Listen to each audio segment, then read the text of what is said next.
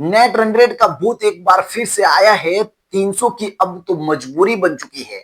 Team India अब बैसाखियां लेना छोड़ दो, क्योंकि रणनीति आपके पास एक ऐसी आई है कि बिना बैसाखी टीम इंडिया पहुंचेगी सेमीफाइनल में और वर्ल्ड कप भी जीतेगी। जी हाँ, कल मुकाबले हैं दो, टीम इंडिया वर्सेस जिम्बाब्वे और West Indies versus south Africa.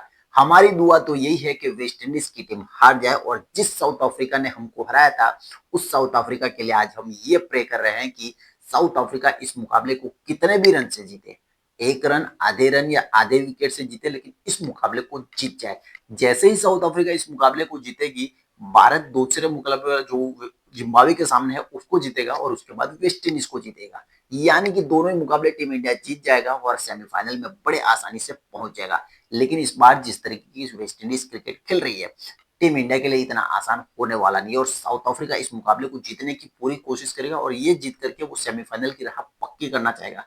लेकिन अगर वेस्ट इंडीज के सामने अगर कुछ भी होता है और साउथ अफ्रीका इस मुकाबले को हार जाती है, तो टीम इंडिया के पास जो दूसरा ऑप्शन है उसको लाना पड़ेगा मैदान में, यानी कि नेट रन रेट का मामला।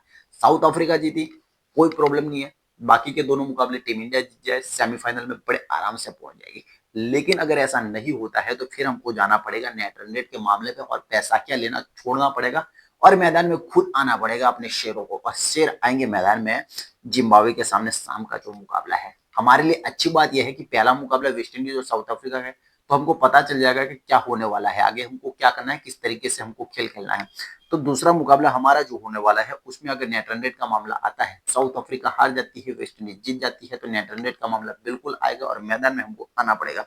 वहां पर अगर बात करें हम, तो अगर रनचेस की बात करें, सबसे पहले नेट रन रेट की बात करें, तो अगर रनचेस करना पड़ा हमको तो वहां पर कितने रनों से जीतना पड़ेगा। अगर 101 रन का टारगेट हमको आता है तो 7.1 ओवर में हमको चेस करना पड़ेगा, 7.1 ओवर में हमको रन चेस करना पड़ेगा। अगर 161 का टारगेट आता है तो 11.3 ओवर में करना पड़ेगा, यानी कि आपके पास 67 गेंदे हैं। और उसके बाद 181 का टारगेट आता है तो 12.5 ओवर, यानी कि 77 गेंदों में हमको रन चेस करना पड़ेगा। तब जाकर के हम प्लस में पहुंच पाएंगे नेट रन रेट, और वेस्ट इंडीज को भी हरा देंगे, यानी कि कुल मिलाकर के दूसरे स्थान पर हम पहुंच जाएंगे। लेकिन अगर हमको पहले बैटिंग आती है तो कितने बनाने पड़ेंगे। पहले बैटिंग आती है तो कुछ भी नहीं सोचना है। वर्ल्ड कप से पहले हमने यही सोचा था कि भारत कब 300 बनाएगा, 300 बनाने की अब मजबूरी हो चुकी है। दिन भी हमने चुन लिया और 300 कल बनाना पड़ेगा। अब कौन शतक मारेगा, कितने रन मारेगा, वो हमको नहीं लेना देना। 300 कल मार दो, 150 के अंदर अगर आप जिम्बाब्वे को आउट कर देते हो तो बिल्कुल आपके नाम ये मुकाबला चला जाएगा, और जैसे ही ये मुकाबला अपने नाम होगा, नेट रन रेट भी हमारे कदमों में होगा, और उसके बाद सिर्फ वेस्ट इंडीज को हराना है।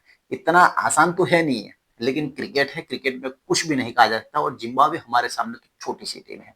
हमारे पास जिस तरीके की गेंदबाजी है, वरुण चक्रवर्ती है, आपके पास जसप्रीत बुमराह है, हार्दिक पांड्या है, कुलदीप यादव है, अक्षर पटेल है, तो आपके पास बॉलिंग लाइनअप है। तो कुल मिलाकर के अगर टीम इंडिया पहली बैटिंग आती है, 300 बनाओ, 150 के अंदर इनको आउट करो, खेल खत्म। दूसरी बैटिंग आती है तो सिनारियो यही है, 101 7.1 ओवर में, 161 11.3 ओवर में, 181 12.5 ओवर में।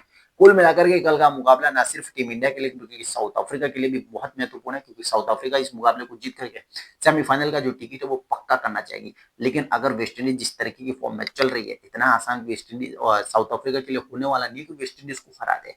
यानी कि यही वजह है कि अगर साउथ अफ्रीका के साथ अनहोनी होती है तो हमारे पास नेट रन रेट का मामला है, और बिना बैसाखी इस तरीके का परफॉर्मेंस करके टीम इंडिया पहुंच सकती है सेमीफाइनल में, और सेमीफाइनल में टीम इंडिया पहुंचेगी तो वर्ल्ड कप भी अपने नाम करेगी, ये कंफर्म है। तो देखने वाली बात है कल के इस दो मुकाबले में टीम इंडिया किस तरह का परफॉर्मेंस करती है और कैसे जिम्बाब्वे से पार पाती है और सेमीफाइनल का टिकट पाती है।